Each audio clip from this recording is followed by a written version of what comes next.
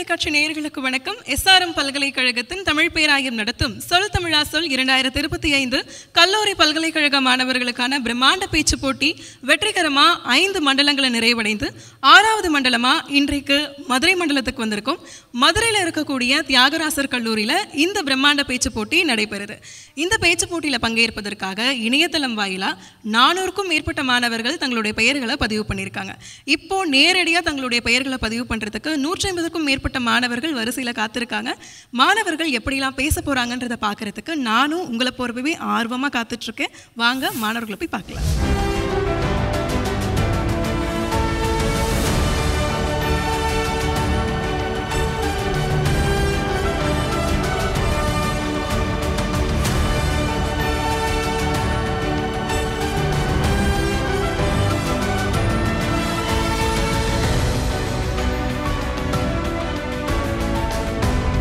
தன்னுடைய பெயரை நேரில் பதிவு பண்ணுறதுக்காக ஒரு மாணவி காத்துட்ருக்காங்க. அவங்க கிட்ட பேசலாம். எந்த கல்லூரியிலேருந்து வரீங்க? உங்கள் பேர் என்ன? வணக்கம். என்னுடைய பேர் மோகனமித்ரா. நான் நாடா சரஸ்வதி பொறியியல் கல்லூரி தேனியிலிருந்து வரேன். இன்றைக்கி இந்த சொல் தமிழா சொல் அப்படின்ற இந்த நிகழ்ச்சி ஒரு தமிழ் முகங்களுக்கு நல்ல ஒரு மேடை அமைச்சு கொடுத்தது ரொம்ப சந்தோஷமாக இருக்குது. அதே மாதிரி எனக்கு தமிழ் பற்றியோ இல்லை மதுரையை பற்றி பேச அந்த தலைப்பு வந்தால் நான் இன்னும் நல்லா பண்ணுவேன் அப்படின்ற ஒரு நம்பிக்கை இருக்குது. நீங்கள் எதிர்பார்த்த தலைப்பு அடுத்தடுத்த சுற்றுகளுக்கு முன்னேறுவதற்கு வாழ்த்துக்கள். நான் நாடார் சரஸ்வதி மற்றும் தொழில்நுட்ப கல்லூரியிலேருந்து வந்திருக்கேன், தேனி மாவட்டத்திலேருந்து. இப்போ நாங்கள் இங்கே எங்கள் காலேஜிலேருந்து சொல் தமிழா சொல் அப்படிங்கிற ஒரு நிகழ்ச்சிக்காண்டி வந்திருக்கோம். ரொம்ப ஆர்வமாக இருக்குது. உள்ளே போய் என்ன பேச போகிறோம் என்னட்டு. இந்த மாதிரி மேடைகள்லாம் எங்களுக்கு ரொம்ப புதுசு. இந்த மாதிரி மீடியா முன்னாடி பேசுகிறதுலாம் ரொம்ப புதுசு. ஆனால் ரொம்ப ஈகராகவே இருக்கும். மதுரையை பற்றின மதுரையுடைய தலைப்புலேருந்து எங்களுக்கு அதாச்சுன்னா ஈஸியாக பேசி. என்னுடைய பெயர் பவுன். நான் லேடிட்டோ கல்லூரியில் 1ஆம் ஆண்டு பயில்கிறேன். வீரத்திற்கு பெயர் பெற்ற மாவட்டம் உங்களுக்கே தெரிந்திருக்கும் மதுரை மாவட்டம். அத்தகைய மதுரை மாவட்டத்தில் எஸ்ஆர்எம் தமிழ் பேராயம் நடத்தும் சொல் தமிழா சொல் இந்த பேச்சு போட்டியில் கலந்து கொள்வதற்காக இன்று வந்துள்ளேன். கலந்து கொள்ள அனைத்து மாணவருக்கும் மாணவியருக்கும் என் மனமார்ந்த வாழ்த்துக்கள். வாய்ப்பு கொடுக்கின்ற எஸ்ஆர்எம் தமிழ் பேராயத்திற்கு எனது மனமார்ந்த நன்றிகள். கல்லில் ஒள்ளிகள் ஒப்பி கடல் அலைகள் நடனமாடி புல்லாங்குழல் வழியே புகுந்து சுவையாகி நள்ளின் மணிபடுத்த நழைத்த பொருளாகி மல்லிகளில் மெல்லுதலில் ஒத்தார நகையாகி சொல்லுக்கோ சொல்லோ சுவை கூட்டும் சொந்தமிழே வாழிகவே சிந்தி வரும் மைத்துளிகள் என்னை கூட சொந்து பாட வைத்த பைந்தமிழே வாழிகவே சொந்தா எடுத்து வன்பா தொடுத்து முப்பாலும் நப்பாலாக்கி பேருரை நிகழ்த்த எண்ணாவள் நடம்பயின்ற நொருந்தமிழே உன்னை வணங்குகிறேன். அருமையாக இருக்குது. நீங்கள் எதிர்பார்த்த தலைப்பு அடுத்தடுத்த சுற்றுகளுக்கு முன்னேறுவதற்கு எங்களுடைய வாழ்த்துக்கள்.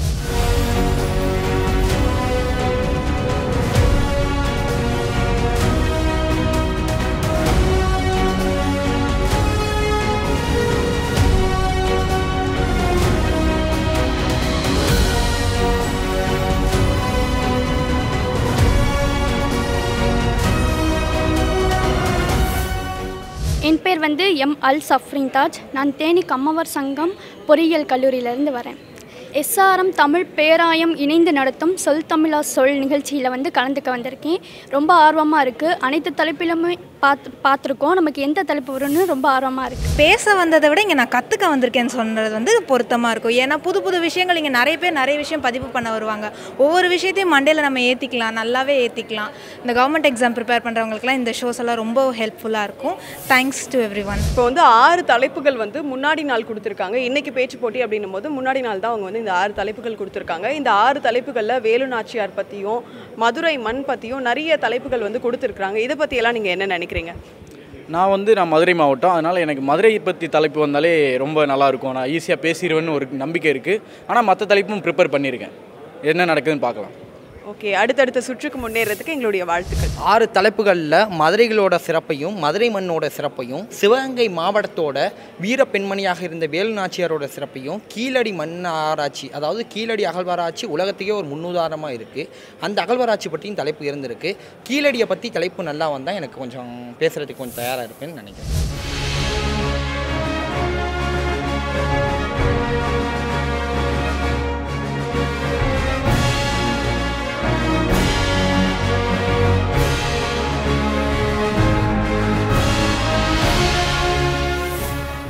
உங்களுக்கு எந்த தலைப்பு கிடைத்தா நல்லா இருக்கும்னு நினைக்கிறீங்க? மதுரை மாவட்டத்தின் சிறப்புகள் அந்த தலைப்பு கிடைச்சா ஓரளவுக்கு நல்லாவே பேசிடுவேன்ற நம்பிக்கை எனக்கு இருக்குது. ஓகே, நீங்கள் மதுரையில் இருக்கிறனால உங்களுக்கு மதுரையோட சிறப்புகள் ஏதாச்சும் சொல்லுங்களேன். மதுரையோட சிறப்புகள்னாலே பாண்டியர்கள் தானே. அந்த காலத்தில் சங்க காலத்திலேயும் மொழிக்குன்னு ஒரு சங்கத்தை வச்சு தமிழை வளர்த்துருக்காங்க. அதுவே மிகப்பெரிய பெருமை. நம்ம திருமல் நாயக்கா மகள் இருக்குது, மீனாட்சி அம்மன் கோவில் இருக்குது, இப்படி சொல்லிக்கிட்டே போனால் இங்கேயே நான் பேசி முடிச்சிருக்கேன். அப்புறம் அங்கே போய் பேச முடியாது. நான் அறிஞ்சு அதிக பரிசு தொகை வைத்து நம்மளுக்கு பேச்சாற்றலை வெளிப்படுத்தி நம்மளுக்கு பரிசளிக்கும் ஒரு இயக்கமாக நமது எஸ்ஆர்எம் கல்லூரி செயல்படுது. எஸ்ஆர்எம் தமிழ் பேராயத்திற்கு மனமார்ந்த நன்றி. நான் இப்போ கலந்து கொள்ள வந்திருக்கேன். வெற்றியும் பெற்றுவேன் நம்பிக்கையில் இருக்கேன். நன்றி. மதுரை மாவட்டம்னா நம்ம எல்லாருக்குமே தெரியும். இது எவ்வளவு பழமையான மாவட்டம், எவ்வளவு வரலாற்று சிறப்புகள் கொண்டிருக்கு, எல்லாமே நமக்கு நன்றாக தெரியும். மதுரை மாவட்டம்னு எடுத்துக்கிட்டோன்னா நமக்கு மையப்பகுதியே நம்முடைய மீனாட்சி அம்மன் திருக்கோயில் தான் அமைஞ்சிருக்கு.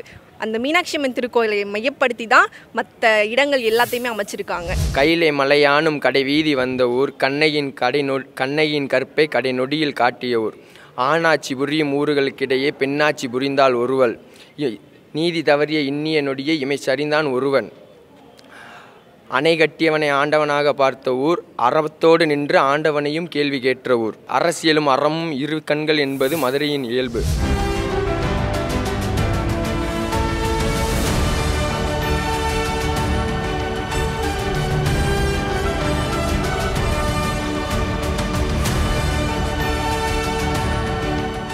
இவ்வுலகமெங்கும் தமிழ் இருக்க இருக்க ஓலைச்சுவடி என்று ஓலைச்சுவடி எழுதியதென்று ஓலைச்சுவடி முதல் புத்தகங்கள் வரை உள்ளங்கையில் பயன்படும் அலைபேசி முதல் கொண்டு முன்னை நான் சிந்திப்பதும் காதலிப்பதும் நேசிப்பதும் என்னுள்ளவன் தானே தமிழே. உன்னை நேசிப்பதன் மூலம் எனக்கு கிடைக்கக்கூடிய அந்த காதல், உன்னை உச்சரிப்பதன் மூலம் உச்சரிப்பு, உன் வார்த்தைகளை நான் பேச பேச அந்த தமிழின் அழகை நான் பெற்று வருகிறேன். உளறி நீராடி முளறி தோலுடுத்தி களறி வதம் புரிய வந்தவள் இவளோ என்ற பெருமையெல்லாம் பேசும் விதமாக வீரமங்கை வேலுநாச்சியாரை பற்றி ஓரிரு வரிகள் நான் அறிந்தது.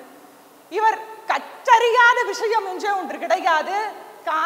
ஆண் பிள்ளையை போன்று வளர்க்கப்பட்ட ஒருவர் குதிரை ஏற்றம், யானையை கையாள்வது, வாழ்வீச்சு, களரி, அது இது இன்று இவருக்கு தெரியாத கலைகளே கிடையாது. தனக்கென வாழ்வியல் நெறியோடு வாழ்ந்தது ஒரு கூட்டம். அதன் கலாச்சார ஆழத்தை கீழடியின் காலடி காட்டும் என்பார்கள். இப்பொழுது 10ஆம் கட்ட அகழாய்வு நடந்து கொண்டிருக்கிறது. ஆனால் தனது முதல் கட்ட அகழாய்வின் முடிவின் வாயிலாகவே இந்தியாவின், ஏன் தெற்காசியாவின் வரலாற்றையே புரட்டி போட்டதுதான் நம் கீழடி. அதனால் தான் அது நம் தாய்மடியாக திகழ்கிறது.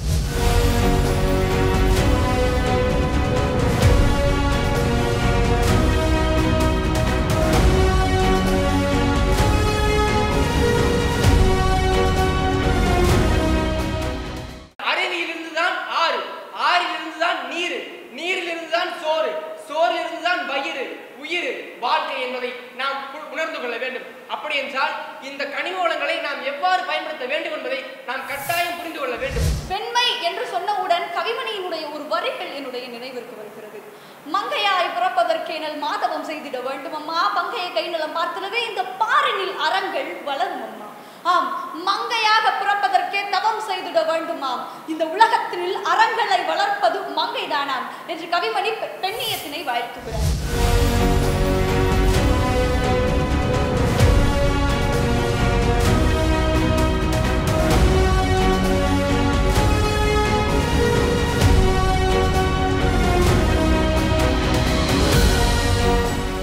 இப்போ வந்து நீங்கள் பேசி முடிச்சுட்டு வந்துட்டீங்க இல்லையா, உங்களுக்கு வந்து ஒரு தலைப்பு வந்திருக்கும். எப்படியும் அந்த குலுக்கல் முறையில் அந்த 6 தலைப்புகள்லேருந்து ஏதோ ஒரு தலைப்பு வந்திருக்கும். நீங்கள் எந்த தலைப்பு வரணும்னு சொல்லிட்டு ஒரு எதிர்பார்ப்போடு போனீங்க? எந்த தலைப்பு உங்களுக்கு வந்தது? நான் எதிர்பார்த்த தலைப்பு தான் எனக்கு வந்தது. மதுரையின் சிறப்பு, எங்களுடைய ஊரின் சிறப்பு தான் எனக்கு வந்தது. அதோடைய சிறப்பு மிக்க வரலாற்றை வந்து நான் பேசணும் அப்படின்னு சொல்லி தான் நான் நினச்சிட்டு போனேன். அதே மாதிரி தான் பை லைக் எனக்கு அந்த லாட் கிடச்சிது.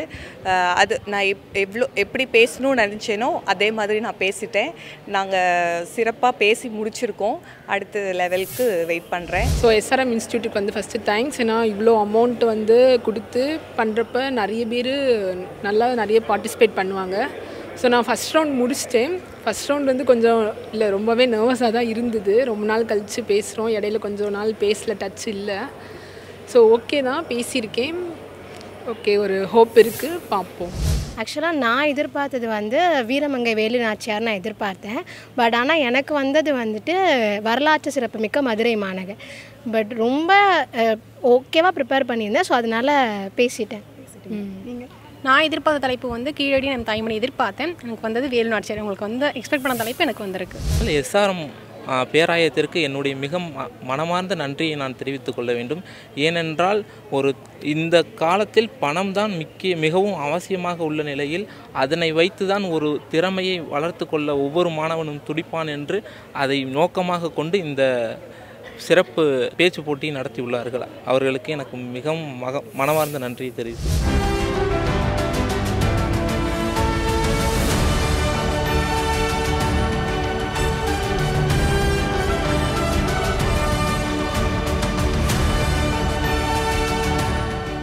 வரலாற்று சிறப்பும் தமிழ் வளர்ச்சியினுடைய முக்கிய பங்கும் பெற்ற மதுரை மாநகரில் இன்று இந்த பேச்சு போட்டி நடைபெறுவது எங்களுக்கெல்லாம் மிகுந்த மகிழ்ச்சியாக இருக்கின்றது. மாணவியர்கள் பங்கேற்கிறாங்க.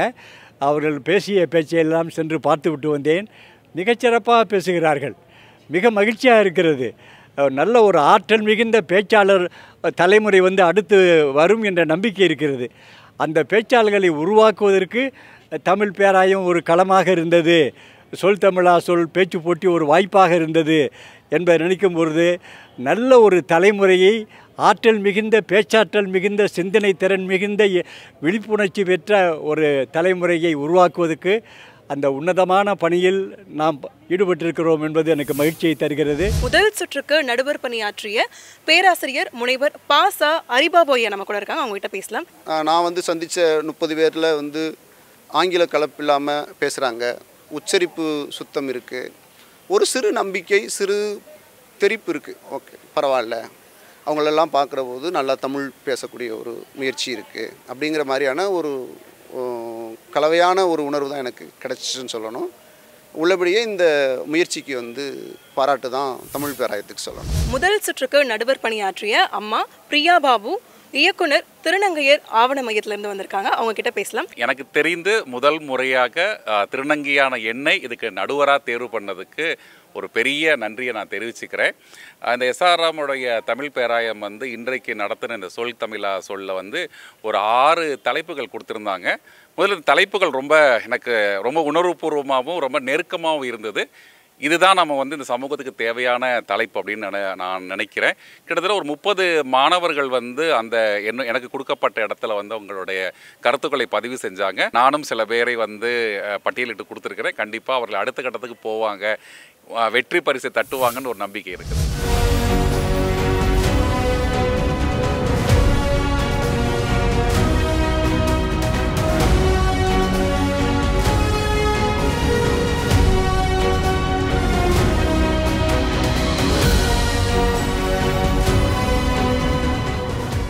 முதல் சுற்றுக்கு நடுவர் பணியாற்றிய உதவி பேராசிரியர் முனைவர் ரே சுதாகர் வடிவேல் ஐயா இருக்காங்க. அவங்க கிட்ட பேசலாம். கிட்டத்தட்ட என்னோட அறையில் 30க்கும் மேற்பட்டவர்கள் கலந்துக்கிட்டாங்க. அதில் நான் ஒரு 5-6 பேர் வரையும் நான் தேர்ந்தெடுத்து கொடுத்துருக்கேன். எல்லோரும் நல்லா பேசக்கூடிய மாணவர்களாக எல்லாம் இருந்தாங்க.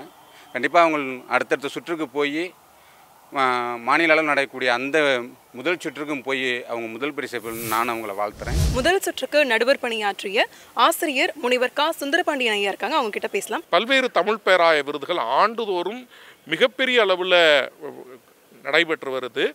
அந்த விருதில் முதல் ஆண்டு அந்த விருதை பெற்றவன் அந்த கல்லூரியில் பணி செய்தவன் வளர்தமிழ் விருது என்கிற ஒரு விருது இளம் ஆய்வாளர்களுக்காக வழங்கப்படுகிற விருது. அந்த விருதை முதல் ஆண்டு பெற்றவன் என்ற அடிப்படையும் அதே மாதிரி தமிழ் பேராயம் பல்வேறு நூலாக்கங்களில் ரொம்ப சிறப்பாக செயல்பட்டு வருது. பல்வேறு விதமான ஆய்வுத்துறை பணிகளில் தொடர்ச்சியாக ஈடுபட்டு வர்றது. அதுவும் குறிப்பாக அந்த மாணவர்களையும் எஸ்ஆர்எம்மில் படிக்கக்கூடிய மாணவர்களையும் தமிழ் ஆர்வமிக்கவர்களாகவும் அடுத்தடுத்த கட்டத்துக்கு நகர்த்திட்டு வர்ற பல்வேறு பணிகளை தமிழ் பேராயம் தொடர்ந்து ஆக்கப்பூர்வமாக செயல்படுத்துது. அந்த விதத்தில் அவற்றினுடைய முயற்சிக்கு என்னுடைய பாராட்டுகளும் நன்றிகளும். வைகை நதியின் அணைப்பிலும் அழகரின் அருளிலும் மல்லியின் மனத்திலும் மீனாட்சியின் மிளரிலும் முச்சங்கத்தால் நாகரிகத்தையும் ஜல்லிக்கட்டால் வீரத்தையும் சிலப்பதிகாரம் முதல் சினிமா வரை அனைத்து திருவிளையாடல்களையும் கண்ட ஊர். உணவுக்கும் பஞ்சமில்லை, உறவுக்கும் பஞ்சமில்லை. பாசக்கார பசங்களையும் பாவாடை தாவணியும் பார்க்கணுமா? மதுரைக்கு வாங்க. மதுரை மதுரை மதுரை தூங்கா நகரம் இது, அனைவருக்கும் துணையா இருக்கும் நகரம். எஸ்ஆர்எம் பல்கலைக்கழகத்தின் தமிழ் பேராயம் நடத்தும் சொல் தமிழா சொல் 2025 கல்லூரி பல்கலைக்கழக மாணவர்களுக்கான பிரம்மாண்ட பேச்சு போட்டி வெற்றிகரமாக 5 மண்டலங்களை நிறைவடைந்து இந்த வாரம் மதுரை மண்டலத்தில் தியாகராஜர் கல்லூரியில் காலையிலிருந்து ரொம்ப சிறப்பாக நடைபெற்று முதல் சுற்று நிறைவடைந்திருக்கு. இந்த மாபெரும் பேச்சு போட்டியில் பங்கேற்பதற்காக இணையதளம் வாயிலாக 400க்கும் மேற்பட்ட மாணவர்கள் தங்களுடைய பெயர்களை பதிவு செய்து இன்னைக்கு காலையிலிருந்து நடைபெற்ற இந்த முதல் சுற்றில் 150க்கும் மேற்பட்ட மாணவர்கள் நேரடியாக வந்து பங்கேற்றிருக்காங்க. இந்த 150 பேரிலிருந்து அடுத்ததாக 2வது சுற்றுக்கு முன்னேறக்கூடிய 32 நபர்கள் யார் அப்படின்ற அறிக்கை இப்போ என் கையில் இருக்குது. அந்த 32 நபர்களுடைய பதிவு எண்களும் பெயர்களும் இப்போ நான் அறிவிக்க இருக்கேன். நான் அறிவிக்கக்கூடிய நபர்கள் மேடைக்கு வந்துடுங்க. ஆரம்பிச்சிடலாமா? பதிவு எண் ஆரம்பிச்சிடலாமா? 6076 வி பவித்ரா, முத்தையா அரசு கல்லூரி, திண்டுக்கல்.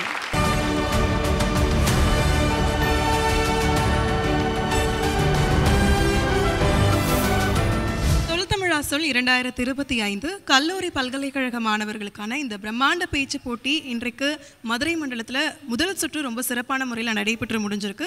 தற்பொழுது முதல் சுற்றுக்கு நடுவர் பணியாற்றிய நடுவர் பெருமக்களுக்கு சிறப்பு செய்யும் நேரம்.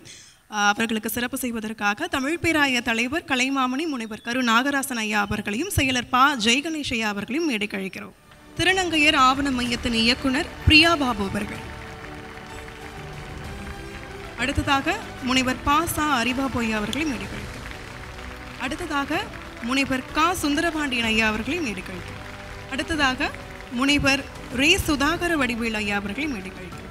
முனைவர் ஞா செல்வராக்கு ஐயா அவர்களை மேடைக்கழிக்கிறோம். எஸ்ஆர்எம் பல்கலைக்கழகத்தின் தமிழ் பேராயம் நடத்தும் சொல் தமிழா சொல் 2025 கல்லூரி பல்கலைக்கழக மாணவர்களுக்கான பிரம்மாண்ட பேச்சு போட்டி மதுரை மண்டலத்தில் ரொம்ப சிறப்பான முறையில் நடைபெற்றுட்டு இருக்கு. முதல் சுற்று வெற்றிகரமாக நிறைவடைந்திருக்கு. அடுத்ததாக 2வது சுற்றுக்கு நம்ம போக இருக்கும். 2வது சுற்றில் நம்ம கூட தமிழில் ஆழங்கால் பட்ட பெருந்தகை புலவர் வேலாயுதம் ஐயா அவர்களும் உதவி பேராசிரியர் முனைவர் சா தனலட்சுமி அம்மா அவர்களும் நடுவர்களாக பணியாற்ற இருக்காங்க. அவங்கள பணிவன்போடு மேடை கழிக்கிறோம். தொடர்ந்து இந்த 2வது சுற்றுல பேச இருக்கக்கூடிய 32 நபர்கள் மாணவர்களை பேசுறதுக்கு அழைக்க ஆரம்பிச்சிடலாம். முதல்ல பேசக்கூடிய மாணவரின் பதிவு எண் 6125. என்னுடைய தலைப்பு நம்மொழி செம்மொழி.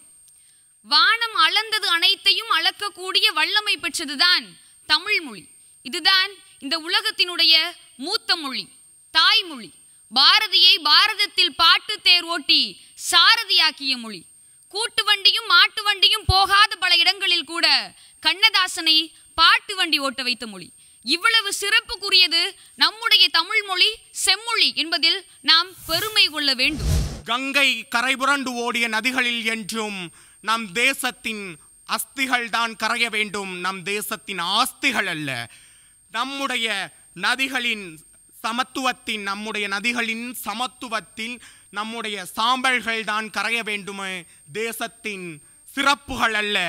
எனவே நம்முடைய பெருமைகளையும் நம்முடைய இலக்குகளையும் நம்முடைய போராட்டங்களையும் நம்முடைய சிறப்புகளையும் நம்முடைய ஆதாரங்களையும் கள்வர் எவரோ வந்து எடுத்து செல்ல போகிறார் என்று களமிறங்கி போராடி நமக்காக போராட்டத்தை வாங்கி தந்தவர் ராணி வீரமங்கை வேலுநாச்சியார் அவர்கள்.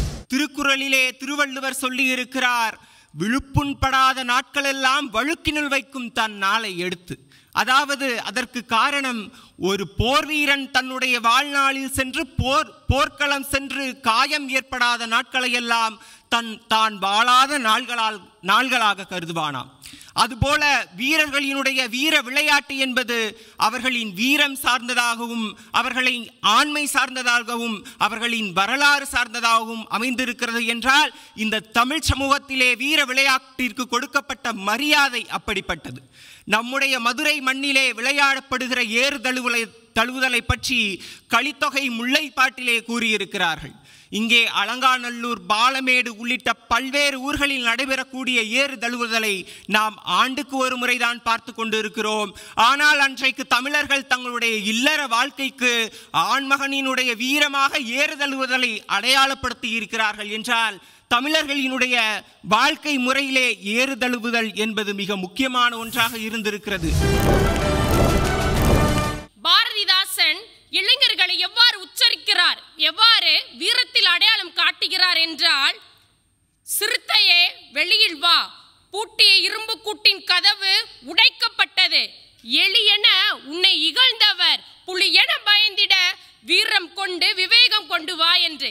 இத்தகைய கருத்துக்கள் எல்லாம் நம் இளைஞர்களிடமும் இளைஞர் கூட்டங்களிடம் எப்படி போய் சேர்ந்தது? யாதும் ஊரே யாவரும் கேளீர் என்பதால் மட்டுமே. பாரதியார் கூறுகிறார், தமிழ் மொழியை பற்றி பல கவிகள் எழுதியிருந்தாலும் அவருடைய இந்த ஒரு கவிதை தமிழுக்கே பெருமை சேர்த்தது. பட்டினி கிடந்தும் பசியால் மெலிந்தும் பால்பட நேர்ந்திடினும் கட்டி இழித்து கைகால் முறித்து அங்கம் பிளந்து இழந்து துடித்திடும் பொழுதும் பொங்கும் தமிழே உன்னை பேச மறப்பேனோ என்று அன்று எழுதிய அந்த கவிஞர்களை இன்று நாம் பேசுகிறோம் அல்லவா? இதற்கு உதாரணம்தான் யாதும் ஊரே யாவரும் கேளி. உலகத்திலேயே நாம் எல்லோரும் தெரிந்திருப்போம், ஜல்லிக்கட்டு, கபடி எல்லாம் நாம் அறிந்தது. ஆனால் உடலால் மட்டும் ஒரு வீர விளையாட்டு என்பது முடிவுறாது. மனதால் ஒரு வீர விளையாட்டு நிச்சயமாக முடித்து வைக்கப்படும், அது நிறைவேற்றப்படும். அதற்கு ஒரு சான்று, அன்னை மீனாட்சி சன்னதியில் நக்கீரனை சிவன் வந்து கேட்கிறார், உன்னோடு சற்று விளையாடவே நான் வந்தேன் என்கிறார். அதன் பொருள் என்ன சொல்கிறார்? உன் தமிழோடு நான் விளையாடவே வந்தேன். அந்த பொருள், அந்த கலை, அந்த சொல், அந்த விளையாட்டு, நீ எதுவாக இருந்தாலும் நெற்றிக்கண் திறப்பினும் குற்றம் குற்றமே என்று நீ செய்த பிழையை நான் சுட்டி காட்டுவேன். அந்த சுட்டி காட்டும் உரிமை ஒரு வீரதீர விளையாட்டில் நிச்சயம் உண்டு. மங்கையராய் பிறப்பதற்கே நல்ல மாதவம் செய்திட வேண்டுமம்மா என்று பாரதி பாடினான். ஆனால் அன்று பெண்களும் ஆண்களும் நிறைய வேறுபாடுகளோடு இருந்தார்கள். ஆனால் இன்றைக்கு ஆணுக்கு பெண் இளைப்பிள்ளை என்று அந்த நிலையை நாம் எட்டியிருக்கிறோம். ஆணுக்கு பெண் சமம் என்று சொல்லாமல் ஆணும் பெண்ணும் சமம் என்று இன்றைக்கு தான் நாம் சொல்லுகிறோம். பெண்களுக்கும் கல்வியை கொடுத்து விட்டால் அவர்கள் அவர்களுடைய கற்பை மட்டுமல்ல ஆண்களுடைய கற்பையும் சேர்த்து காப்பாற்றுவார்கள் என்று சொல்கிறார் பெரியார். பெண்மையை எதற்காக போற்ற வேண்டும்? பெண்மை என்றால் என்ன? பெண்மை என்றால் கருணை, பெண்மை என்றால் அன்பு, பெண்மை என்றால் பொறுமை. அதனால் தான் இந்த பூமியை தாய் என்று சொல்லுகிறோம். அதனால் தான் இந்த நாட்டில் முழுக்க ஓடுகிற நதியெல்லாம் பெண்களின் பெயராகவே நாம் சொல்கிறோம். அதனால் தான் நாம் பெண்மையை போற்ற வேண்டும். மாணவர்களுக்கு அரசியல். மாணவர்கள் ஏன் அரசியலை அறிந்து கொள்ள வேண்டும்? மாணவர்கள் அரசியலை அறிவதால் அவர்களுக்கு என்ன பலன் என்று இந்த இடத்தில் நான் குறிப்பிடுகிறேன். விவேகானந்தர் கூறினார், 100 மாணவர்களை அனுப்புங்கள், நான் நாட்டை மாற்றிக் கொள்கிறேன் என்று. 100 மாணவர்களை அனுப்புங்கள், நான் நாட்டை மாற்றி காட்டுகிறேன் என்று அந்த இடத்தில் குறிப்பிடுகிறார். மாணவர்களுக்கு அரசியல் கற்பித்து தருவது ஏனென்றால், நாளை மாணவர்கள் அரசியலுக்கு வந்தால் மாணவர்களுக்கு நடக்கக்கூடிய அத்தனை கொடுமைகளுக்கும் இந்த இடத்தில் மாணவர்கள் தான் தீர்வு செய்ய வேண்டும். இந்த இடத்தில் நான் சொல்கிறேன், நான் ஒரு அரசியல்வாதியாக வந்தாலும் கூட மாணவர்கள் இல்லாமல், மாணவியர்களுக்கு இல்லாமல் பாலியல் வன்கொடுமைக்கு நான் கண்டனமான சட்டத்தை நான் கூறுவேன் என்று இந்த இடத்தில் நான் பதிவு செய்கிறேன். ஏனெனில் மாணவர்களின் அரசியல் திறனும் அவர்கள் வளர வளர எந்த ஒரு அரசியல்வாதியாக இருந்தாலும் மாணவனாக இருந்துத்தான் அவன் அரசியல்வாதியாக ஆக வேண்டும். மாணவர்களும் அரசியலும் என்ற தலைப்பை கேட்டவுடன் நினைவுக்கு வந்தது என்ன தெரியுமா? பேரறிஞர் அண்ணா, முத்தமிழறிஞர் கலைஞர் போன்ற சகாப்தங்கள் தன்னுடைய அரசியல் பயணத்தை மாணவர்களாக இருந்துதான் தொடங்கினார்கள். இன்றைக்கு இருக்கும் அனைத்து அரசியல் மாற்றங்களும் மாணவர்களாக மட்டும்தான் நடைபெற்றது என்பதுதான் நிதர்சனமான உண்மை. அதை ஒருபோதும் நம்மால் மறுத்து கூறவே முடியாது. இந்திய எதிர்ப்பு போராட்டம் இன்றைக்கு நாம் சொல்லிக் கொண்டிருக்கிறோம்.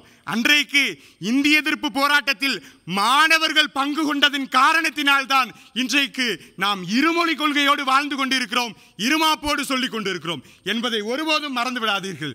பேரறிஞர் அண்ணாவிற்கு பச்சையப்பா கல்லூரியில் கிடைத்த நீதி கட்சியினுடைய தொடர்புதான் அவருடைய அரசியல் அஸ்திவாரத்திற்கே ஆணிவேராக அமைந்தது.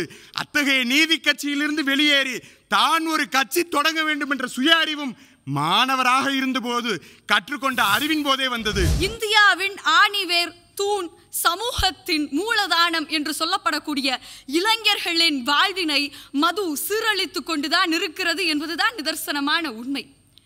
என்னிடம் 100 இளைஞர்களை தாருங்கள், நான் இந்த உலகினை மாற்றி காட்டுகிறேன் என்றார் விவேகானந்தர். ஆனால் இன்றைக்கு இளைஞர்கள் அப்படியா வாழ்ந்து கொண்டிருக்கிறார்கள்? திரைப்படத்தை பார்த்து இந்த நடிகரை போல் நான் இப்படி இருக்க வேண்டும் என்று நல்ல பழக்கங்களை கற்றுக்கொண்டால் சரிதான், ஆனால் போதை பழக்கங்களுக்கு அடிமையாக்கி கொண்டிருக்கின்றனர். எவ்வளவோ பழக்கங்கள் உண்டு இந்த நாட்டினிலே. பெற்றோரை சந்தோஷப்படுத்தி பார்ப்பது ஒரு போதைதான், படிப்பின் மீது வைப்பதும் ஒரு போதைதான். எனினும் அந்த மதுவில் தான் சென்று கொண்டிருக்கின்றனர். போதை என்பது நம்முடைய பாதையினை சீரழிக்க கூடியது என்று என்றைக்கு இளைஞர்கள் உணர்கிறார்களோ அன்றைக்குத்தான் அவர்களுடைய வாழ்க்கை சிறந்த ஓர் வாழ்வினை அடையும். 3 பக்கங்கள் நீராலும் 1 பக்கம் நிலத்தாலும் சூழப்பட்ட நமது பாரதம் இன்று 4 பக்கமும் போதைப் பொருளால் சூழப்பட்டிருக்கிறது என்றால் அது மிகையல்ல. நான் எவ்வாறு இதை கூறுகிறேன் தெரியுமா? ஏனெனில் நிகழ்ச்சிகளை எடுத்துக்காட்டாக கூறவும் கடமைப்பட்டுள்ளேன். மிக சமீபத்தில் நமது தமிழ்நாட்டில் மயிலாடுதுறையிலே 2 கல்லூரி மாணவர்கள் வெட்டி கொல்லப்பட்டார்கள். ஏன் தெரியுமா? அவர்கள் எத்தகைய குற்றமும் புரியவில்லை, எத்தகைய சமூக சீர்கேடுகளிலும் அவர்கள் ஈடுபடவில்லை. கள்ளச்சாராயம் விற்ற வியாபாரிகளை தட்டி கேட்டனர். இது மரண தண்டனை வழங்கும் அளவிற்கு பெரிய குற்றமா என்ன? மரண தண்டனை வழங்குவதற்கு நீதிமன்றங்களே ஒரு நிமிடம் யோசித்துதான் முடிவெடுக்கும். ஆனால் இந்த சாராய வியாபாரிகள் யார் அவர்களுக்கு மரண தண்டனை அளிப்பதற்கு? இது மட்டுமா? நம் நாட்டின் அனைத்து குற்றங்களுக்கும் மாணிவேராக இருப்பது போதை பழக்கம். நம் நாட்டையே உலுக்கிய சம்பவம் கொல்கத்தா மருத்துவ மாணவியின் கொடூரமான பாலியல் வன்புணர்வு மற்றும் கொலை. அதற்கு என்ன காரணம்? இன்று அந்த குற்றத்தை செய்தவனுக்கு ஆயுள் தண்டனை வழங்கப்பட்டுள்ளது என்பது அடுத்த கட்டம். அதற்கான காரணம் என்ன? தான் மது அருந்திவிட்டு தான் அந்த மாணவி இருந்த கலையரங்கத்திற்குள் நுழைந்தேன் என்று அவன் வாக்குறுதி குறித்து குடித்துள்ளானே. ஆக அந்த குற்றத்திற்கு ஆணிவேராக இருந்தது இங்கு மது பழக்கம்தான். காமராசர், ஏனப்பா நீ படிக்க பள்ளிக்கு வரவில்லை என்று கேட்கும்போது, பள்ளிக்கு வந்தால் பசி தீருமாய்யா என்று அந்த சிறுவன் கேட்கிறான். அவனது கேள்வி நியாயமானது. எனவே மதிய உணவு திட்டத்தை வழங்குகிறார். அந்த சிறுவனும் பள்ளிக்கு செல்கிறான். இன்றோ பள்ளிகளை திறந்து படிக்கவா என்கிறார்கள். மாணவர்களும் வருகிறார்கள். பக்கத்திலேயே மதுக்கடையை திறந்தால் அவன் படிப்பதா குடிப்பதா? மதுவிற்கு அடிமையாகி போனவன் மண்ணை அடிமைத்தனத்திலிருந்து மீட்க எப்படி போராடுவான்? பாவேந்தர் பாரதிதாசன் ஒரு வாரி சொல்வார், தலைவாரி பூசூடி உன்னை பாடசாலைக்கு போயென்று சொன்னால் உன்னை சிலை போல ஏன் அங்கு நின்றாய், நீ சிந்தாத கல்வியை ஏன் சிந்து வந்தாய். இந்த பாடலின் விளிம்பியங்கள் தான் இன்றைக்கு உச்சபட்ச அதிகாரங்கள் எல்லாம் மகளிர்கள் கல்வியாலே பட்டங்களையும் சட்டங்களையும் ஏற்றி நாடளவில் ஆண்டு கொண்டிருக்கிறார்கள். அந்த நிலை மாறிவிட்டது. ஆனால் இன்னும் முன்னுக்கு வருவதற்கான வேலைகளை நான் கல்வி அமைச்சரானால் அவருக்கு தேவைப்பட்ட தொழில்நுட்ப கல்விகளை அவர்களின் வழியாகவே கொடுத்து விடுவேன். தாராபாரதியின் ஒற்றை கவிதையை நீங்கள் கேட்டிருப்பீர்கள். திண்ணைதானா உன் தேசம் என்றா மானிடனே, திண்ணைதானா உன் தேசம், திண்ணையை இடித்து தெருவாக்கு என்பார்கள். உன்னுடைய கல்வி இன்றைய நிலையை மட்டும் சமாளிப்பதாக அல்ல, நாளைய தலைமுறைக்கு ஒரு வழிகாட்டக்கூடிய பட்டியலிடக்கூடிய ஒரு தலைமுறை கல்வியாக இருக்க வேண்டும் என்பதற்காக உலகளாவிய கல்வியை நீ விரும்புகின்ற தொழில்நுட்பத்தை விரும்புகின்ற மொழியிலே படிக்க முடியும் என்பதை மொழிகள் கடந்தும் மக்கள் கடந்தும் யோசிக்கக்கூடிய மக்களுக்கான கல்வியை அவனுக்கு தர முடிந்தது என்று சொன்னால் நான் கல்வி அமைச்சராக பதவியேற்றதன் வெற்றி அதில் இருக்கிறது என்று சொல்வார்கள். விருந்தோம்பல் என்பது என்ன? நம்மளை தேடி வருபவர்களுக்கு சாப்பாடு போட்டுவிட்டு அனுப்பது மட்டுமா? அது மட்டும் கிடையாது. அதற்கு பெயர் விருந்து. விருந்தோம்பல் என்பது நம்மை தேடி வருவரிடம் அறம், அன்பு, மரியாதை, உபசரிப்பு, சமூக கடமையை உள்ளடக்கியது தான் அந்த விருந்தோம்பல். நம்ம வீட்டுக்கு சாப்பிட வர்றவங்களோ இல்லை நம்ம வீட்டு விசேஷங்களுக்கு சாப்பிட வர்றவங்களுக்கோ பண்ணுறதுக்கு பேர் விருந்தோம்பல் கிடையாது. நம்மளை நாடி வருபவர்களுக்கு அவர்களுக்கான உதவியை செய்து தருவதும் ஒரு விருந்தோம்பல் தான். இன்று காலத்திற்கேற்ப இந்த விருந்தோம்பல் முறை வேணால் மாறியிருக்கலாமே தவிர விருந்தோம்பலுடைய அடிப்படை நோக்கமானது சங்க காலம் முதல் இன்று வரை அப்படியே மாறாமல் தான் இருந்து கொண்டிருக்கிறது. அது இளைஞர்களாக இருந்தாலும் சரி, பாட்டியிலிருந்து பாப்பா வரைக்கும், ஒரு இல்லத்திலிருந்து ஒரு உணவகமாக இருக்கட்டும், ஒரு பொதையிடமாக இருக்கட்டும், தமிழர்களின் இரத்தத்தோடு ஒன்றிணைந்தது இந்த விருந்தோம்பல் என்கின்ற பண்பாடு. இந்த வையகத்திலே மனிதனுக்கு மிகவும் தேவையானது உணவு, உடை, உறையுள். அவற்றுள் இன்னும் மிக முக்கியமாக தேவைப்படுவது நீர்தான். ஆனால் இன்றைக்கு நீர்நிலைகள் எல்லாம் இல்லாமல் காணாமல் போய்கொண்டிருக்கிறது. இதற்கு என்ன காரணம் என்று சிந்தித்து பார்த்தால் நம்முடைய இலக்கியங்கள் பேசுகிறது. வங்கத்து ஓடி வரும் நீரின் மிகையாலே மையத்து நாடுகளில் பயிர் செய்குவோம் என்று. ஆனால் இன்றைக்கு நம்முடைய பயிர்களுக்கெல்லாம் நீரே இல்லாமல் பயிர்கள் வாடிக்கொண்டிருக்கின்றன. இதற்கெல்லாம் என்ன காரணம் தெரியுமா? நீரை நாம் பாதுகாக்காமல் விட்டதுதான் மிகப்பெரிய காரணம். இன்றைக்கு டெல்டா பகுதிகளில் பார்த்தால் வறண்ட நிலங்கள் தான் காணப்படுகிறது. அவையெல்லாம் பாலைவனங்கள் அல்ல, நீரின்றி அப்படி மாறிப்போய் கிடக்கின்றன. வள்ளுவ பெருந்தகை மிக அழகாக சொல்லுவார், வான்மழை என்பது நம்முடைய உயிருக்கு உரம் போன்றதுதான். ஆனால் அதை இன்றைக்கு நாம் மறந்து சிற்றிக் கொண்டிருக்கிறோம். சென்னையிலே வெள்ளம் வருகிறது. அந்த வெள்ளத்திலே தத்தளித்துக் கொண்டிருக்கிறார்கள் மக்கள் அனைவரும். படகுகளிலே சென்று கொண்டிருக்கிறார்கள். ஆனால் வெள்ளத்தினுடைய நீரெல்லாம் வடிந்த பிறகு பார்த்தால் ஒரு சொட்டு நீர் கூட அவர்களுக்கு குடிக்க கிடைப்பதே இல்லை. எப்படி இந்த நீர்நிலைகளை எல்லாம் நாம் பாதுகாக்கலாம் என்று பார்த்தால், மழை நீரை முதலில் நாம் சேமிக்க கற்றுக்கொள்ள வேண்டும். நம்முடைய வீடுகளில் எல்லாம் மழை நீரை சேமிப்பதற்கான கட்டுமானங்களை நாம் பயன்படுத்தி கொள்ள வேண்டும். 2000 ஆண்டுகளுக்கு முன்பே தோன்றிய தொல்காப்பியம் எனும் இலக்கண நூலில் என்மனார் என்ப என்றிசினோரே எனும் சொல்லாடல் இருப்பதனால் அதற்கு முன்னதாக ஒரு இலக்கண நூல் இருந்திருக்க வேண்டும் என்று ஆய்வாளர்கள் கருதுகின்றனர். இந்நிலையில் இலக்கியம் கண்டதற்கோர் இலக்கணம் என்பதற்கு ஏற்ப அவ்விலக்கண நூலுக்கு முன்னாக ஏன் ஒரு இலக்கியம் இருந்திருக்க கூடாது என்று பலரினுடைய கேள்வி இன்று எழுகிறது. இப்படி இந்த இலக்கண நூலுக்கெல்லாம் முன்னதாக ஒரு இலக்கியம் இருக்கும் என்று சொன்னால் நம்முடைய தாய்மொழியான தமிழ் மொழியின் தொன்மை எங்கு இருக்கும் என்பது யாராலும் அறிய முடியாத ஒன்றாகத்தான் இருக்கும். ஆனால் அத்தாய்மொழி இன்று எங்கனம் செம்மொழி தகுதியினை அடைந்திருக்கிறது என்றால், தமிழ் விடுத்தூது மஞ்சள் குளிப்பாட்டி மையிட்டு முப்பாலும் மிஞ்ச புகட்ட மிக வளர்ந்தாய் என்று தமிழ்மொழி வளர்ந்த விதத்தினை மிக அழகாக முதலில் மணலிலும் அதன் பின்பு நீ கரும்பலகையிலும் வளர்ந்தாய் என்று மிக புகழ்ந்து பாடுகிறதே, அங்கு உயர்ந்து நிற்கிறது நம்மளுடைய தாய்மொழியான தமிழ் மொழி. உணவு இடும் தொழில் தமிழர்களின் பாரம்பரிய தொழில் என்று தமிழ் இலக்கியம் பறைசாற்றிய தமிழர்களின் பண்பாடு, ஒழுக்கம், அன்புடைமை என்று பல இருந்தாலும் சிறந்து விளங்கிய தமிழர் பண்பாடு விருந்தோம்பல்.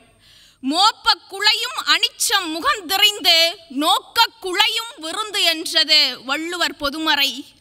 வீட்டிற்கு வரும் விருந்தினர் வெயிலில் களைத்து வந்திருப்பாரே என்று வீட்டிற்கு வரும் விருந்தினருக்கு முதலில் ஒரு செம்பு தண்ணீர் கொடுப்பார்.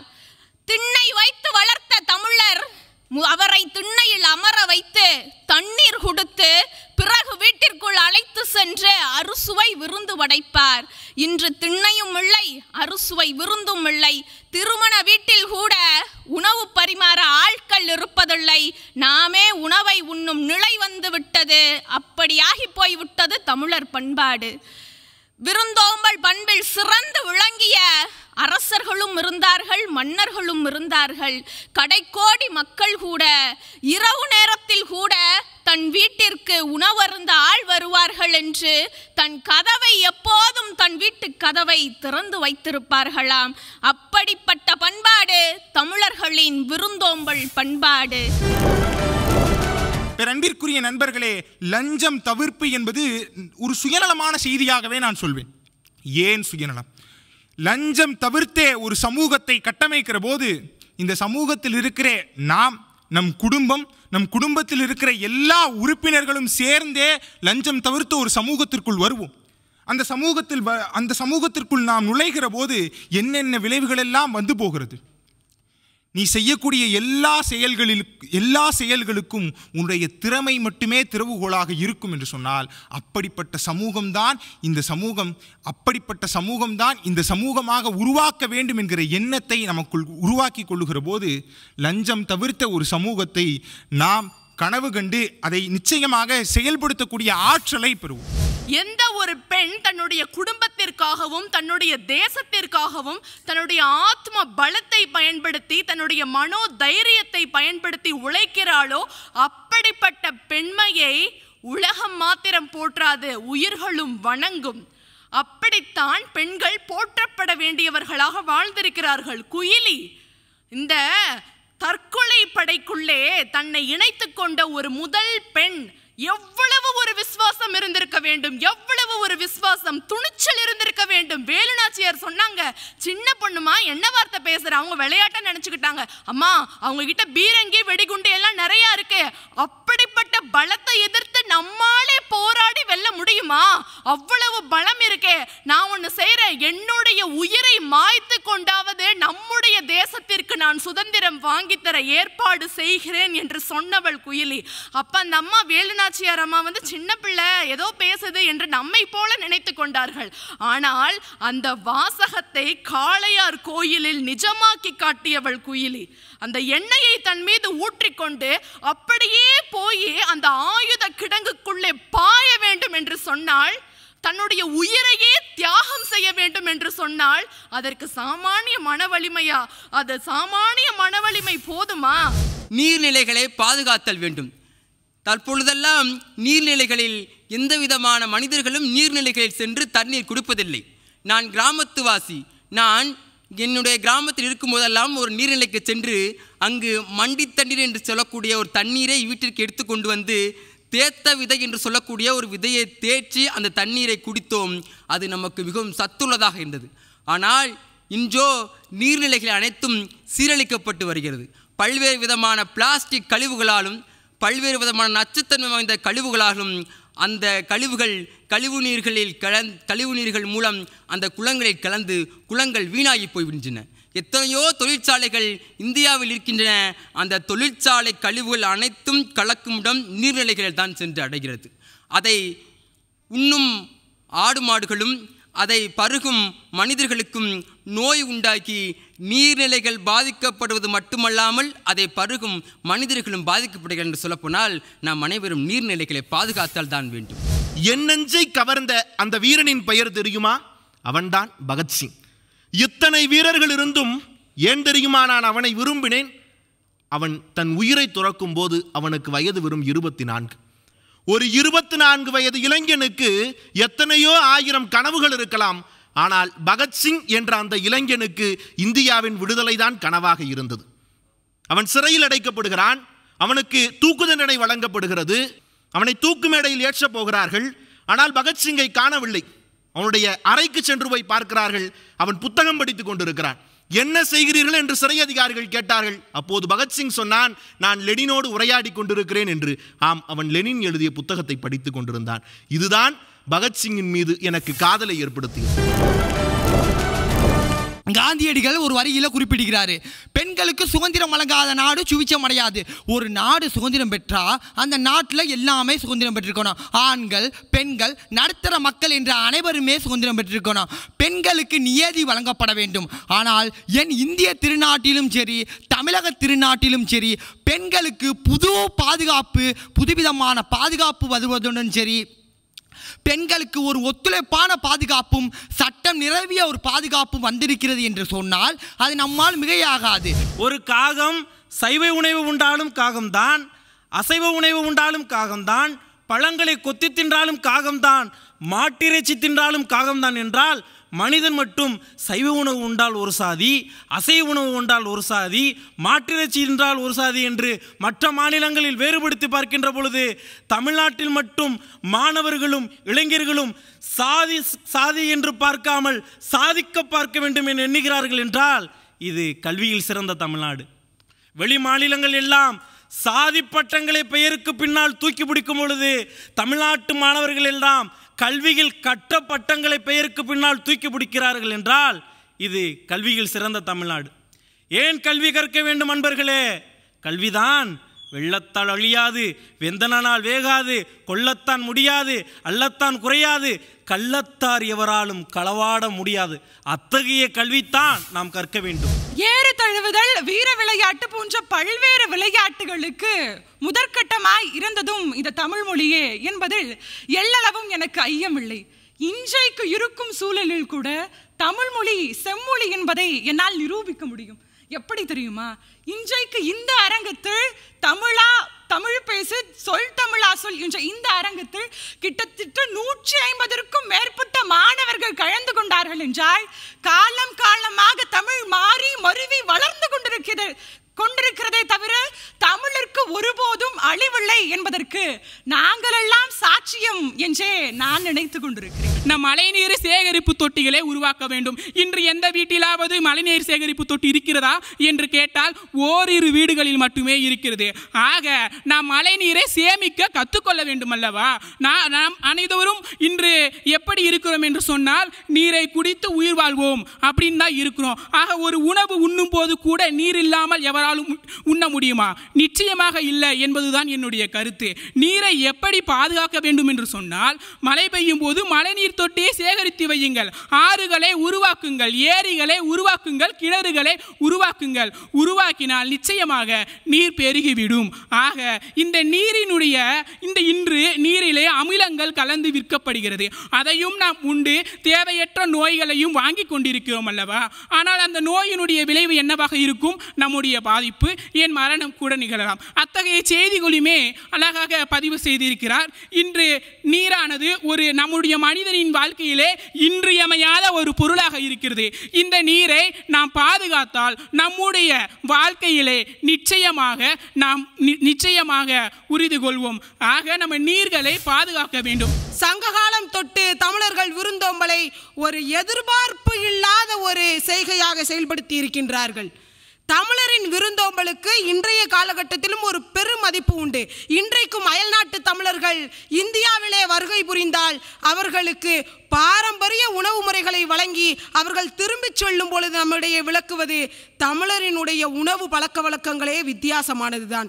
இதனால் தான் என்னவோ அன்றைய காலகட்டத்தில் வாழ்ந்த தமிழர்கள் பல காலம் வாழ்ந்தார்கள் என்பது குறிப்பிடத்தக்கது. இன்றைக்கும் நம்ம அம்மா சொல்வார்கள், நாங்களாம் ஒரு காலத்தில் எப்படி சாப்பிட்டோன்னு தெரியுமா, எவ்வளோ சத்தான உணவுகள் சாப்பிட்டோன்னு தெரியுமா அப்படின்னு.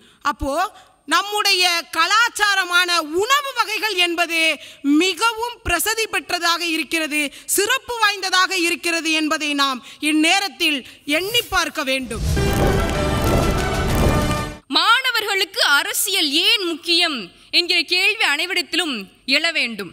வயது வரம்பு என்பது அரசியலிற்கு இருக்கக்கூடாது. எப்பொழுது அரசியல் ஒருவன் பேசத் தொடங்குவான் என்று பார்த்தோமேயானால் எந்த சமுதாயத்தில் அந்த சமுதாய கட்டமைப்பு உடைக்கப்படுகிறதோ, எந்த சமுதாயத்தில் அந்த சமுதாயத்திற்கான ஆணிவேர்கள் கூட அறுக்கப்படுகிறதோ, எப்பொழுது ஒரு தனி மனிதனுக்கு உரிமைகள் மறுக்கப்படுகிறதோ, எப்போது ஒரு தனி மனிதனின் சுதந்திரம் பறிபோகிறதோ அப்போதுதான் ஒருவன் கையில் எடுக்கும் ஆயுதம் அரசியல். இது தனி மனித சுதந்திரம். ஒரு தனி மனிதனுக்கு கிடைத்திருக்கக்கூடிய ஆகப்பெரிய ஒரு ஆயுதம், ஆகப்பெரிய போர்க்களம் எதுவென கேட்பின் அது அரசியலே ஆகும். மாணவர்களுக்கு ஏன் அரசியல் என்ற கேள்வினை மீண்டும் கேட்டோமே ஆனால் இதற்கு பதிலனை நாம் புதிதாக ஒன்றும் தேட வேண்டாம். வரலாற்றினை சற்று புரட்டி பார்த்தோமே ஆனால் இதற்கான பதில் நிச்சயமாக கிடைத்துவிடும். விருதுநகர் மாவட்டத்திலே ராஜபாளைய வட்டத்திலே ஆலமரத்துப்பட்டி என்கிற பின்தங்கிய ஒரு கிராமத்தில் ஆரம்ப பள்ளியில் 6 வயது சிறுவன் ஒருவன் தன்னுடைய ஆசிரியரால் தினமும் வகுப்பறையிலிருந்து வெளியேற்றப்படுகிறான். ஏன் இந்த மாணவன் தினமும் தன்னுடைய ஆசிரியரால் வகுப்பறையிலிருந்து வெளியேற்றப்படுகிறான் என்று வரலாற்றின் பக்கங்களை ஆய்வு செய்கிற போது யார் அந்த சிறுவன் என்று ஒரு கேள்வியை எழுப்பி நாம் வரலாற்றை திருப்பி பார்க்கிற போது தெரிகிறது, தன்னுடைய ஆசிரியர் தினம் தினம் வகுப்பறையில் ஆங்கிலேய கிழக்கிந்திய கம்பெனிக்கான தத்துவத்தை போதித்ததன் காரணமாக அதை ஒரு மாணவனாக 6 வயது சிறுவனாக இருந்து எதிர்த்ததன் விளைவாக தினம் தினம் அந்த சிறுவன் தன்னுடைய வகுப்பறையிலிருந்து வெளியேற்றப்பட்டு வேறு சில வேலைகளுக்காக அலுவலர்களுக்காக அவன் அங்கே பணி செய்ய நிர்பந்திக்கப்பட்டான். அப்படி 6 வயதில் தன்னுடைய ஆதர்சன ஆசிரியர் கிழக்கிந்திய கம்பெனியினுடைய கொள்கைகளை சொல்லித்தந்த போது அதை எதிர்த்து எழுந்தவன் பின் நாட்களிலே மிக பிரபலமான ஒரு சுதந்திர போராட்ட வீரராக காங்கிரஸ் ஜி ராமச்சந்திரன் என்கிற பெயரிலே இன்றைக்கு இந்திய வரலாற்றினுடைய சுதந்திர போராட்டத்தினுடைய ஏடுகளில் நீங்கா இடம் பிடித்திருக்கிறார். சைனாவில் சீன நாடுகளில் இன்றும் மாணவர்கள் புத்துணர்ச்சி பெற வேண்டும் என்பதற்காக அந்த பள்ளி கால இடைவேளைகளில் 5 நிமிடங்கள் அவர்கள் மூளையை புத்துணர்ச்சி பெறுவதற்காக அவர்களை படுத்து உறங்கச் சொல்கிறார். அப்பேற்பட்ட பாடத்திட்டத்தை நம் தமிழ்நாட்டிலும் நான் கொண்டு வந்து நிறுத்துவேன். நான் கல்வி அமைச்சரானால் எனக்கு கல்வி அமைச்சர் ஆக வேண்டும் என்று கூட ஒரு ஆசை இருக்கிறது. அது எப்படி வந்தது என்று தெரியுமா? என்னுடைய ஆசிரியர் கூறுவார், என்னுடைய அருட்சகோதரி ஆசிரியர் கூறுவார், ஏன் இவ்வளவு அழகாக பேசுகிறையே, நீ கல்வி அமைச்சரானால் என்ன ஆகிவிடப் போகிறது? நீ கல்வி அமைச்சராகி எம் போன்ற அருட்சகோதரிகளையும் எம் போன்ற பெண்மணிகளையும் அரசியலில் நுழைத்து ஒவ்வொரு தேவைகளையும் நீ பூர்த்தி செய்ய வேண்டும் என்கிறார். இப்படி மாணவர்கள் புத்தகத்தை சுமந்து கொண்டு போவது நான் படித்த காலத்தில் இருந்து இன்று வரை இருக்கிறது. அந்த புத்தக சுமை இல்லா கல்வியை நாம் பெற வேண்டும் என்றால் கணினி மூலம் கல்வி கற்பிக்கும் முறை இங்கும் வர வேண்டும். இன்றும் வெளிநாடுகளில் கணினி மூலம் கல்வி கற்பிக்கும் நிலை இருக்கின்றது. அந்த முறையை இங்கு கொண்டு வந்தால் மட்டுமே அது சாத்தியப்படும். முன்பெல்லாம் போதை பழக்கம் என்றால் 30 வயது நிரம்பிய, அதாவது வயதானவர் தான் அதற்கு சீரழிகிறார் என்ற ஒரு கோட்பாடு நம்மிடையே காணப்பட்டது. ஆனால் இன்று பள்ளிக்கு செல்லும் குழந்தைகளிலிருந்து ஆண் பெண் வயது வரம்பு அற்று அனைவருமே போதை பொருளுக்கு உள்ளாகும் அவல நிலைதான் நம்முடைய நாட்டில் நேர்கிறது நடுவர் அவர்களே. அப்படி அவல நிலை நேடுவதற்கு காரணம் என்னவென்று தெரியுமா? அது ஒன்றுதான், நம்முடைய பெற்றோர்களும் நம்முடைய உறவினர்களும் நம்மை பார்த்து ஒழுங்காக வளர்க்கவில்லையா என்று அடுத்தவர்கள் கேட்கும் நிலை வருகிறதல்லவா? அதுதான் அந்த போதை பழக்கத்திற்கான அடிப்படை ஆதாரம். குழந்தைகளுக்கு சுதந்திரத்தை கொடுங்கள், ஆனால் அந்த சுதந்திரம் கட்டுப்பாட்டுடன் கூடிய சுதந்திரமாக இருக்க வேண்டும். பெண்களின் சுதந்திரம் என்பது ஆடையில் மட்டுமல்ல நண்பர் அவர்களே, அவர்கள் பழக்கும் பழக்க வழக்கங்களில் இருந்து ஆரம்பிக்கிறது. அதாவது பள்ளி கல்லூரிகளில் கூட போதை பழக்கம் பெரிதாகிவிட்டது. அரியலூரை சேர்ந்த ஒரு மாணவர் சொல்கிறார், நாங்கள் அனைவரும் ஒன்றாக சேர்ந்து 9ஆம் வகுப்பு படிக்கும் மாணவன் கூறுகிறான், நாங்கள் அனைவரும் ஒன்றாக சேர்ந்துதான் இந்த போதை பழக்கத்திற்கு அடிமையாகி கொண்டிருக்கிறோம். சிற்றார்களுக்கு புரியவில்லை இதனின் தீமையானது, சிற்றார்களுக்கு புரியவில்லை இதனின் விளைவானது. அதை நாம் தான் உலகிற்கு எடுத்து சொல்ல வேண்டும். போதை பழக்கத்தின் தீமை என்பது சமூகத்தில் அவர் பயன்படுத்துபவரை மட்டும் அளிக்கவில்லை, சமூகத்தை சார்ந்த அனைவரையுமே சீரழிக்கிறது. இந்தியாவினுடைய மொத்த கண்டுபிடிப்புகளில், அதாவது சராசரியாக ஒரு ஆண்டில் இத்தனை மாநிலங்கள் இத்தனை புதிய விஷயங்களை கண்டுபிடித்திருக்கிற என்ற புள்ளியியல் தகவலின்படி ஒரு ஆண்டிற்கு இந்தியாவினுடைய அத்துணை மாநிலங்களை காட்டிலும் தமிழ்நாடு புதிய புதிய கண்டுபிடிப்புகளில் முன்வரிசையில் இருக்கிறது. அதனால் தான் கல்வியில் சிறந்த தமிழ்நாடு. இன்றைக்கு நெகிழிப்பையை உலகமே எதிர்த்து கொண்டிருக்கக்கூடிய காலகட்டத்தில் வந்துவிட்ட காரணத்தை சொல்லி வழிப்போக்கனாக செல்வதல்ல தமிழ்நாடு, வந்த பிரச்சனைக்கு தீர்வு காண்பதுதான் தமிழ்நாடு என்ற விதத்திலே நெகிழியை பயன்படுத்தி தார் சாலை அமைக்கக்கூடியது. உலகினுடைய மிக சிறிய செயற்கைக்கோளை கண்டுபிடித்ததால் கல்வியில் சிறந்த தமிழ்நாடு. 5Gயை இந்த உலகத்திற்கு அறிமுகப்படுத்தியதால் கல்வியில் சிறந்த தமிழ்நாடு. பெங்களூரை சேர்ந்த ஒரு மருத்துவதால் காது கேளாதவருக்கும் காது கேட்க வைக்கின்ற கருவியை கண்டுபிடித்ததால் கல்வியில் சிறந்த தமிழ்நாடு. SRM பல்கலைக்கழகத்தின் தமிழ் பேராயம் நடத்தும் சொல் தமிழா சொல் 2025 கல்லூரி பல்கலைக்கழக மாணவர்களுக்கான இந்த பிரம்மாண்ட பேச்சு போட்டியினை மதுரை மண்டலத்தில் ரொம்ப சிறப்பாக நடத்துவதற்காக நமக்கு எல்லா நிலைகளிலும் உறுதுணையாக இருந்த இந்த தியாகராஜர் கல்லூரியின் ஆசிரியர் பொறுப்பாளர்களுக்கு தற்பொழுது சான்றிதழ்களும் நினைவு பரிசுகளும் வழங்க உள்ளோம். முனைவர் செந்தில் நாராயணன் அவர்களை பணிவன்போடு மேடை கழிக்கிறோம். அடுத்ததாக முனைவர் பொற்கொடை அவர்களை மேடை கழிக்கிறோம். அடுத்ததாக முனைவர் தென்னரசு அவர்களை மேடை கழிக்கிறோம். முனைவர் பெரிய கருப்பன் அவர்களை மேடை கழிக்கிறோம். தியாகராசர் கல்லூரியின் மாணவ பொறுப்பாளர்களுக்கு சான்றிதழ்கள் வழங்கப்பட உள்ளது. SRM சேலம் பல்கலைக்கழகத்தின் தமிழ் பேராயம் நடத்தும் சொல் தமிழா சொல் 2025 கல்லூரி பல்கலைக்கழக மாணவர்களுக்கான பிரம்மாண்ட பேச்சு போட்டி மதுரை மண்டலத்தில் இன்றைக்கு தியாகராசர் கல்லூரியில் ரொம்ப சிறப்பான முறையில் நடைபெற்று 2 சுற்றுகள் வெற்றிகரமாக நிறைவடைந்திருக்கு. இந்த 2வது சுற்றிலிருந்து இறுதி சுற்றுக்கு தேர்வாகக்கூடிய அந்த 16 நபர்கள் யார் அப்படின்னு நாளைக்கு பார்க்கலாம்.